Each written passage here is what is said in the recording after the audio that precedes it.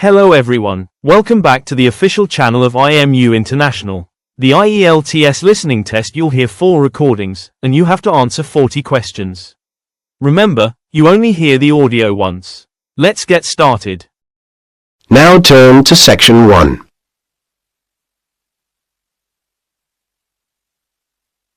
Section 1.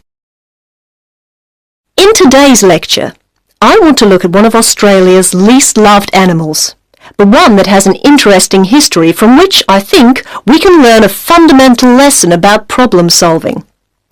While Australia is famous for its many wonderful native animals, in particular the kangaroo and the koala, it also has some less attractive animals, many of which were actually brought to Australia in the 19th and 20th centuries. First, perhaps the most well-known introduced animal is the rabbit, brought originally by the early settlers as a source of food. Another animal to be introduced by the settlers was the fox, and this was for the purpose of sport in the form of fox hunting. But perhaps the most unusual animal ever brought here was the cane toad. Here is a picture of one.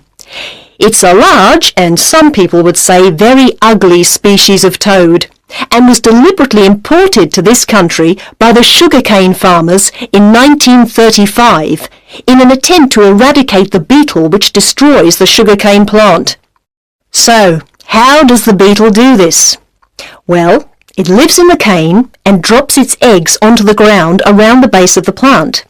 The eggs develop into grubs, and then they eat the cane roots. This, as you would expect, is far from good for the plant, and the result is, of course, that within a short period of time, the plant dies. The problems all happened because in the mid-30s, there was a serious outbreak of cane beetle, and the farmers became desperate to get rid of the pest which was ruining their livelihood. About this time, news was trickling in from overseas about a toad, which supposedly ate the beetles which killed the cane. It was reported that this cane toad, which was native to Central America, had been taken to Hawaii, where cane is also grown, and introduced with apparent success. So, with the backing of the Queensland authorities, the farmers arranged to import 100 toads from Hawaii. The toads were then released into the cane fields to undertake the eradication of the cane beetle.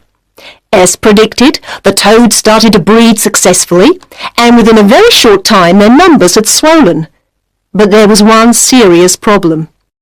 It turned out that cane toads do not eat cane beetles, and the reason for this is that toads live on insects that are found on the ground, and the cane beetles live at the top of the cane plant, well out of reach of the toads. In fact, they never come into contact with each other. Now, you may well ask, how did this terrible mistake ever happen? And the reason is quite simply that the farmers were desperate to find a way of ridding their fields of the cane beetle, and so they accepted the reports that had been written, without ever doing their own research. Meanwhile, much of tropical northeast Australia is infested with the cane toad, which serves no purpose whatsoever, and experts claim that the toad is spreading south in plague proportions.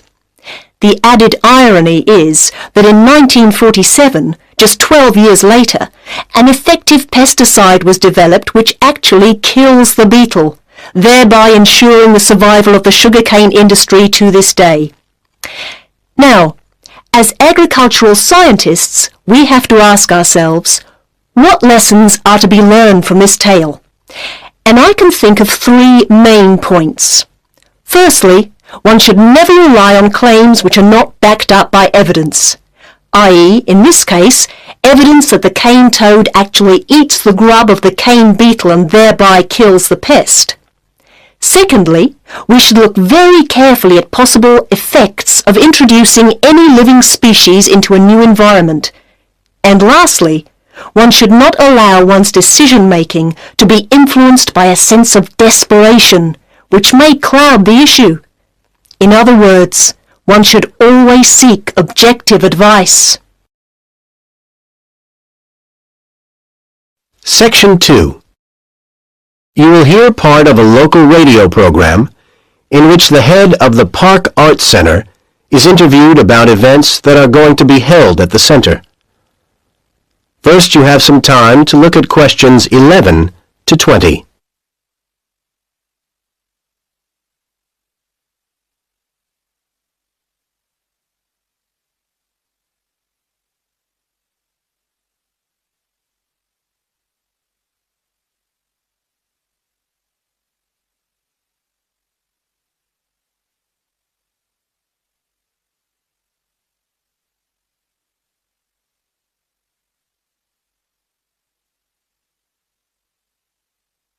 Now listen to the conversation and answer questions 11 to 20. And next on City Life this week, we have with us in the studio Harvey Bowles, head of the Park Arts Centre. He's here to tell us about forthcoming events at the centre. Harvey, welcome. Hello, thank you. So, what can we look forward to first at the Park Centre? We've got a very exciting programme lined up for you. The next event will start on the 18th of February and run till the 24th. Times for the event? Twice each day at 2:30 and 7:30 p.m. There'll be a folk music concert and we're sure this is going to be very popular. A range of excellent musicians are coming, some playing for the first time in this country. And for those who want a souvenir, or for people who don't manage to get to the performances, the foyer shop will be selling a CD showcasing the great talents of the performers. Sounds good. Yes, and then after that, our next event is starting on the 1st of March and runs for 8 days. There's a lot going on, so you'll need to look in the separate programme, which shows all the various times and so on. It also includes details of performers and ticket prices. You can pick one up from the foyer at the centre. Yes, this year we're hosting the Dance Festival again, and it's going to be even bigger than last year. It's become a major feature of the arts year, and many of the performances will be recorded on video and DVD. But nothing can beat the thrill of attending the events live. We have a great range of styles, performed by over 100 groups, representing as many as 4 continents. All I can say is book early, because many of the shows are going to sell out quickly. I'm sure they will. And what do you have for us after that? Well, then things get a little quieter, but no less interesting. From the 14th to the 20th of March, every evening at 8, we go into cinema mode, and we're showing a fine new film. I expect you've seen reviews of it. Love and Hope. Oh yes, wonderful. Yes, and it's not just an ordinary screening. We're delighted that each screening will be introduced by a short lecture by the producer, who will also leave a little time for questions from the audience. Again, I recommend early booking for this. It's bound to be popular. I'll be there. Anything else lined up at this point? Yes, we've got a special one-day event on April the 2nd. The times aren't fixed yet, but I can tell you that we're having a singing competition. Oh yes? There'll be a large number of entrants, and the talent should be impressive. And Channel 6 are coming, so the event is going to be shown on TV. So, come and be part of the audience. I'm sure people will want to. Well, Harvey, thank you very much for coming in and telling us all this. Details of all the events are on your website, aren't they? Yes, the address is www. That is the end of Section 2. You now have half a minute to check your answers.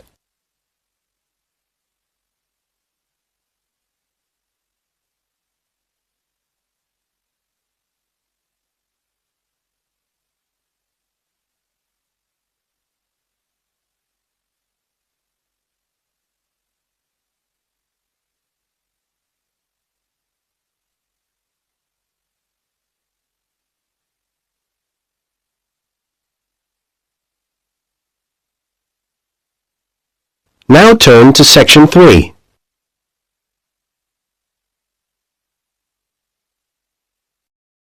Section 3. You will hear 3 students, Ben, Jane, and Tom, having a discussion about their Architecture and Design Studies course. First, you have some time to look at questions 21 to 25.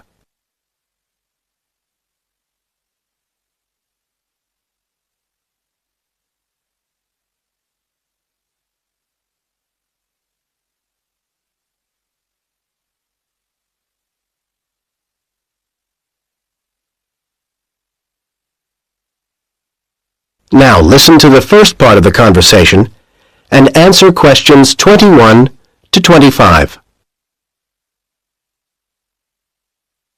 So, Tom, did you manage to get all your reading done? Yes, Ben, I did. What about you, Jane? Me too, though it took much longer than I thought it would. Yeah, some of those dissertations are really long, aren't they? I'm not looking forward to having to write mine. Well, that's not till next year. So, shall we compare thoughts about our reading? Let's start with 20th century architecture. I thought it was pretty impressive. There was quite a bit of detail. Yeah, all very relevant. I enjoyed the pictures, the diagrams and photos. They were quite strange. Not what you'd expect to find in a dissertation, but very helpful. Whereas sometimes I couldn't really follow the arguments. Yes, a bit of a mixed bag, really. While modern construction was very serious and thorough, wasn't it? Indeed. Actually, it was rather dense. I didn't find it particularly easy to read either. The index was excellent, though, so I used that to guide me around. I still think it was a bit high level. I certainly wouldn't have wanted to try and cope with it in the first year. No, that's not who it's aimed at, of course. What about steel, glass and concrete? Not the world's most interesting title, of course. Again, the index was helpful, though I think we could have done with more photos. There weren't really enough to support what he was saying in places. Yeah, but what he was saying was easy to follow, wasn't it? He takes you through step by step. It was hard to believe it had been translated. Seemed very natural. Actually, it was better written than the next one, The Space We Make. But we're supposed to be thinking about architectural ideas, not being literary critics.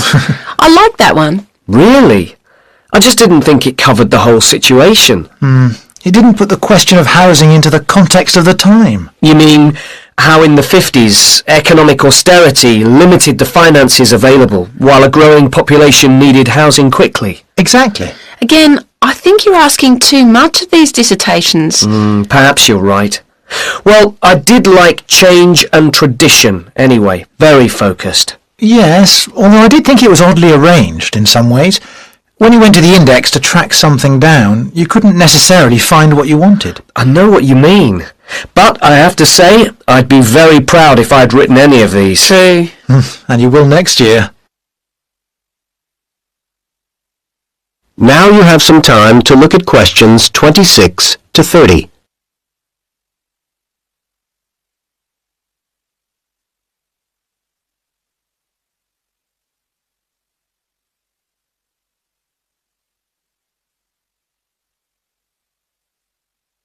Now listen to the rest of the conversation and answer questions 26 to 30. Never mind next year. It's this year that's the problem. I'm never going to get this assignment done. Yes, you are. Come on, let's make a plan for you. Oh, please. I'm just not sure where to go from here. I could look at city plans, study the layout of housing developments. I think you need a closer focus. The approach to small houses won't necessarily tell you what you want to know. You'd be better to concentrate on large private houses. Study the drawings of those. Okay. Though I don't know how much useful detail I'll be able to get from the kinds of plans that are easily available from that period. It's true, they can be limited. But what you could do as a next stage is go onto the web. There's loads of useful stuff there. More detailed plans, you mean? Well, I was thinking more of illustrations, that kind of thing. Do a search for window designs. I'm sure you'll find some good ones. I agree. And not just online. See what you do find there, and then, for your next step, check both campus libraries. I think you'll be able to get hold of books which will give you further information. And you need to know more about typical furniture of the time. This is all very helpful. Thanks, guys. I'm beginning to think I should be able to get something done for Dr. Forbes after all. At least I can see I'll be in a position to tell him the section headings. Well, a bit more than that would be better. Put your outline plan together and give him that to look at. Yes. But I'll still need to keep reading, won't I? Yeah. Once Dr. Forbes has okayed what you've done at that point, you could then go and see Dr. Gray. He's very approachable, and I'm sure he'd be happy to provide you with further references, and then you could take it from there. That'd be really useful. Well, thanks again. Let me get you both another coffee. That is the end of Section 3. You now have half a minute to check your answers.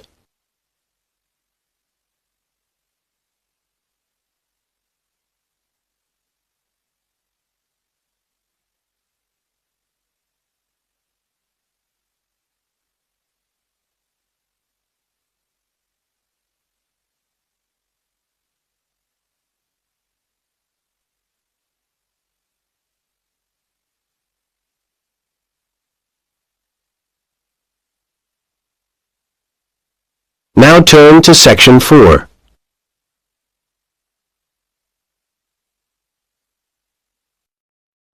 Section 4. You will hear part of a lecture about the early history of cinema. First, you have some time to look at questions 31 to 40.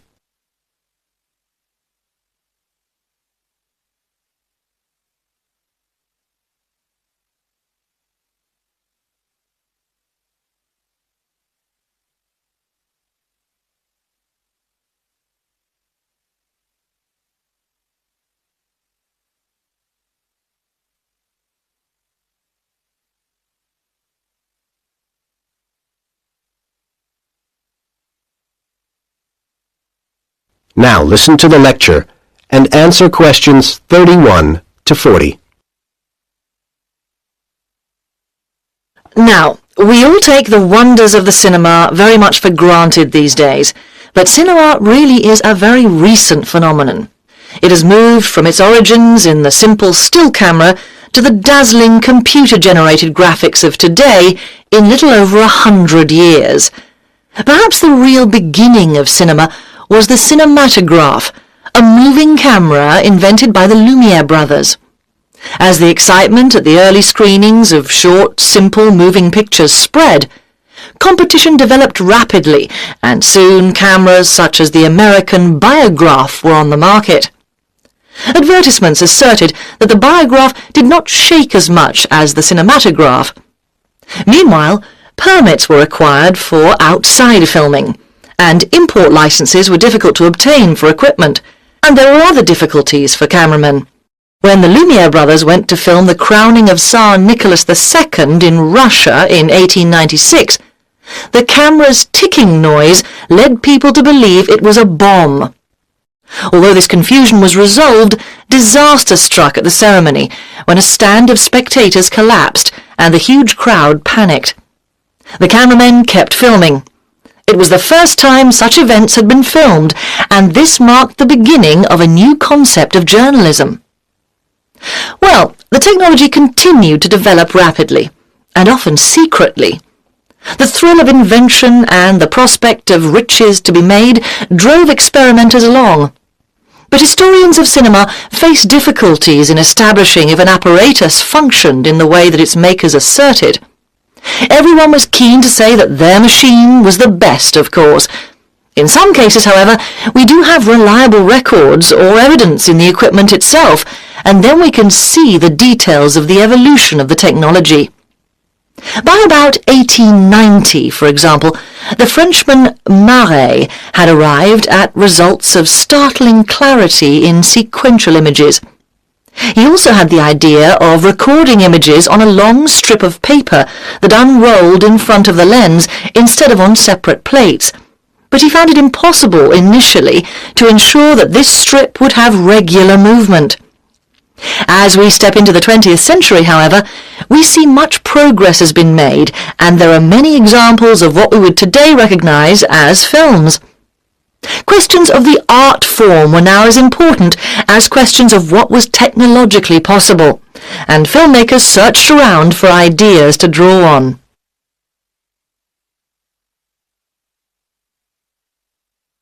Comic strips were very popular at the time in newspapers, and their structure was applied to the planning of films, which were now being mapped in a series of picture panels.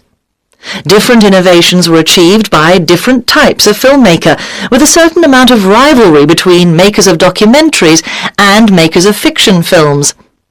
One area where documentaries led the way was in the use of travelling shots, although of course fiction films adopted this technique in due course.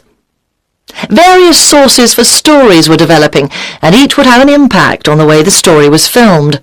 For example, filmmakers started to use greater numbers of shots when chase films became popular, because they wanted to show the various stages of the policeman running after the bandit and so on. And it wasn't just different kinds of story that were driving filmmakers to think up new techniques. Other technology also played its part. The telephone was growing in use, and filmmakers came up with the idea of splitting the screen image into two parts to show telephone conversations. All this growing sophistication in the shooting of films began to make the whole process of creating them more challenging. The very first films consisted of single shots and were straightforward to take from shooting to showing them to audiences. However, as the filming developed into multiple shots, then editing emerged as an essential ingredient of the process. Cinema was growing up. Well, next I'd like to turn your attention to some of the issues that I believe were fun. That is the end of Section 4. You now have half a minute to check your answers. That concludes today's IELTS listening mock test. How did you perform? Compare your answers with the key provided to see your estimated band score. If you're ready to take your preparation to the next level, join us at IMU International. From intensive IELTS workshops to free student visa consultancy, we provide the expert guidance you need to succeed in 2026. Visit our centers in Navsari or Billamora to start your journey today. Don't forget to like this video and subscribe for more professional training from IMU International. Good luck with your studies, and we'll see you in the next session.